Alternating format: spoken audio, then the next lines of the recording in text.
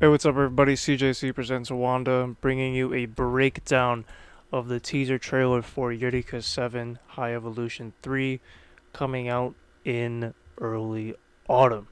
Once we do that, we're gonna look through the website, the official website for the third film, and just talk about a few things there. Before we get started, I did do two videos in regards to the first two films. I did a review for High Evolution 1, and of course I did my review for High Evolution 2 Anemone last week, I believe.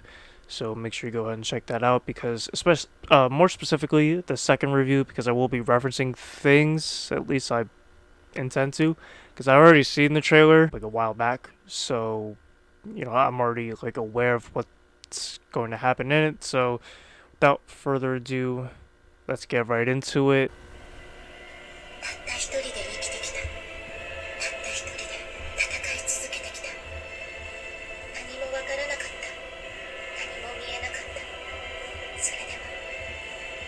So one thing I want to point out, actually, I want to go back a little bit, is that they aren't actually riding on trapart waves, which I think is really important.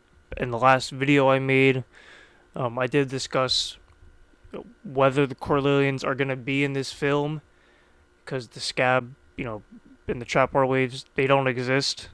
So I am curious to see as to, whether they do come in or not, because it doesn't look as if they are going to play a part in this at all.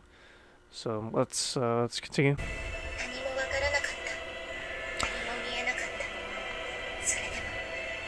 So we see Nervash. I apologize for the quality of the video that I had downloaded. We see the new Nervash, or as Dewey called it, the final form, basically, the child of Nirvana in the last film, taking on this ribbon thing. But what's interesting is that this thing was from when Eureka created I guess a seven swell phenomenon towards the climax of the last film. So I'm pretty sure she was in control of that. So who is actually controlling this? It's tough to say at this point. I want to say it's Dewey. I think he has to be the final villain, in my personal opinion, but it's tough to say at this point. We can only speculate, because obviously it's only a teaser, right? I mean, they're not going to show us too much.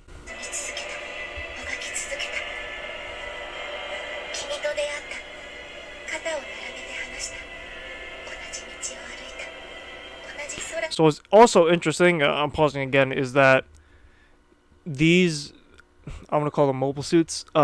These mobile suits weren't in the last film, so there has to have been some sort of time jump from Anemone to this film, because they didn't even have the technology to develop these mobile suits, or they just found it pointless because Nervash X was just bodying all of them. So it's tough to say as to why they have them now, outside of the fact that it has to be some sort of time jump. But let's continue.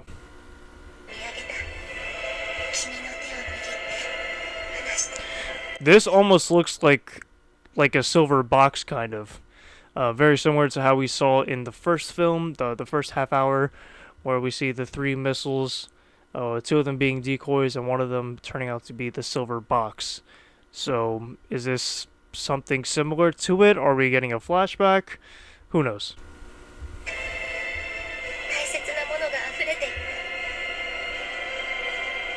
And I gotta take all that shit back, because it's actually it's actually a mobile suit.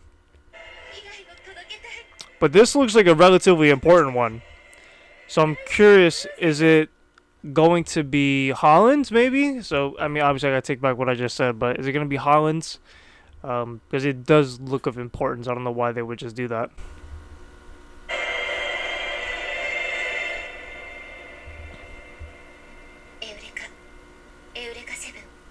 Okay, so that's the title of the film.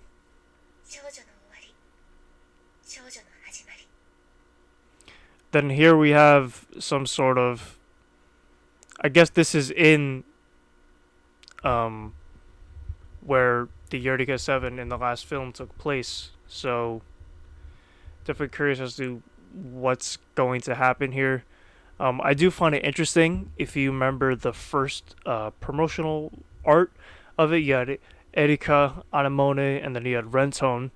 So if this film is titled Eureka, I find it interesting that each film is based off the characters from the original promotional art. So you can technically say that the first film should be Eureka 7 High Evolution Rentone instead of just High Evolution. Because the second film's titled Anemone, and this film being titled Eureka. And I do find it interesting because the way the promotional art was set up, from left to right, left being the first film, and had a picture of Eureka.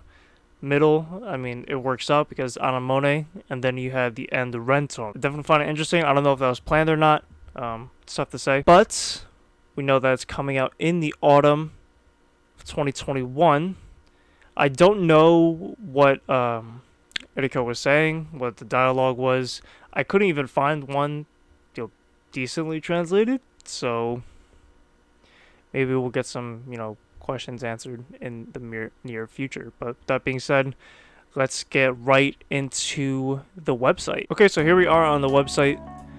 This is the official website for Eureka 7. We have great promotional art. I guess the ring is going to play some sort of factor. I don't remember if Eureka had hers on at the end of the second film.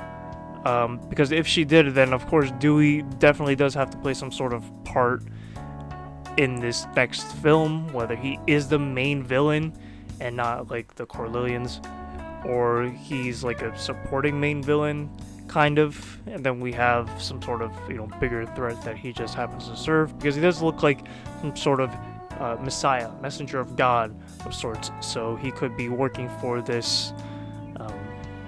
He's a smaller part in terms of this bigger picture, but the art looks really good. Of course, coming out in 2021 in autumn. So we have this poem here you can find in the introduction.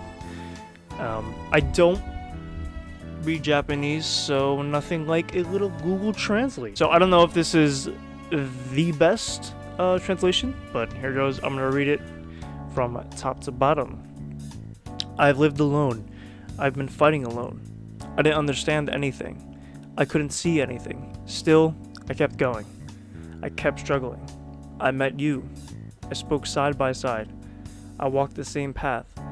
I looked up at the same sky. Held your hand, let go, aim.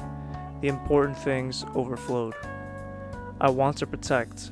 No matter how hurt you are, I want to deliver the future in this world that he loved. The ends of the girl, the beginning of the girl. So that last line is the tagline of the film. But with that, I find it like, is Eureka going to sacrifice herself?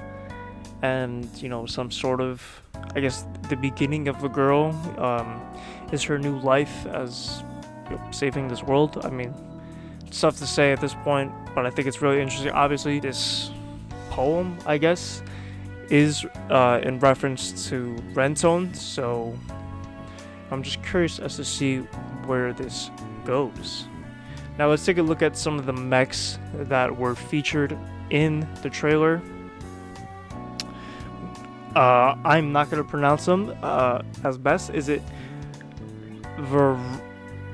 Verethregna? Sure.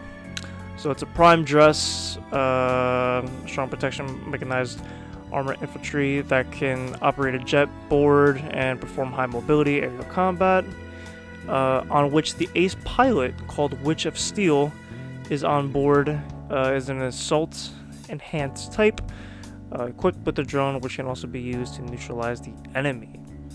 So I'm guessing this is the one that I thought was going to be a silver box.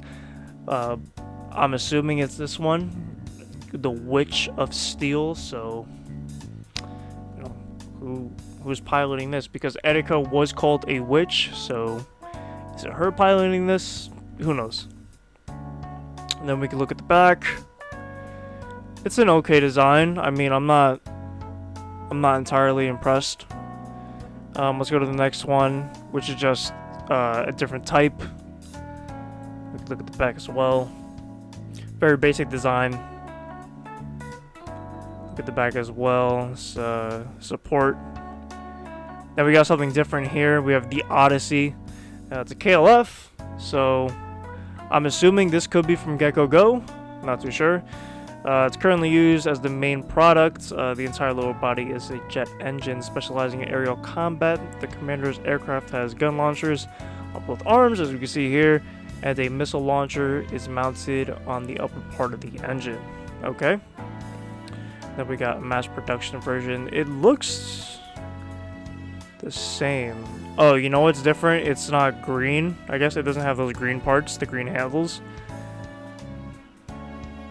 And then it has like a backpack kind of.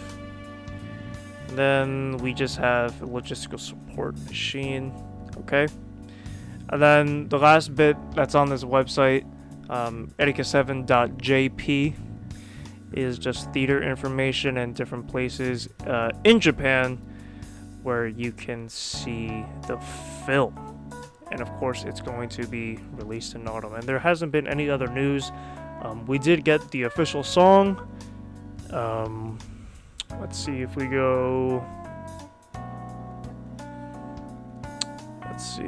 We go special, I believe, or news actually.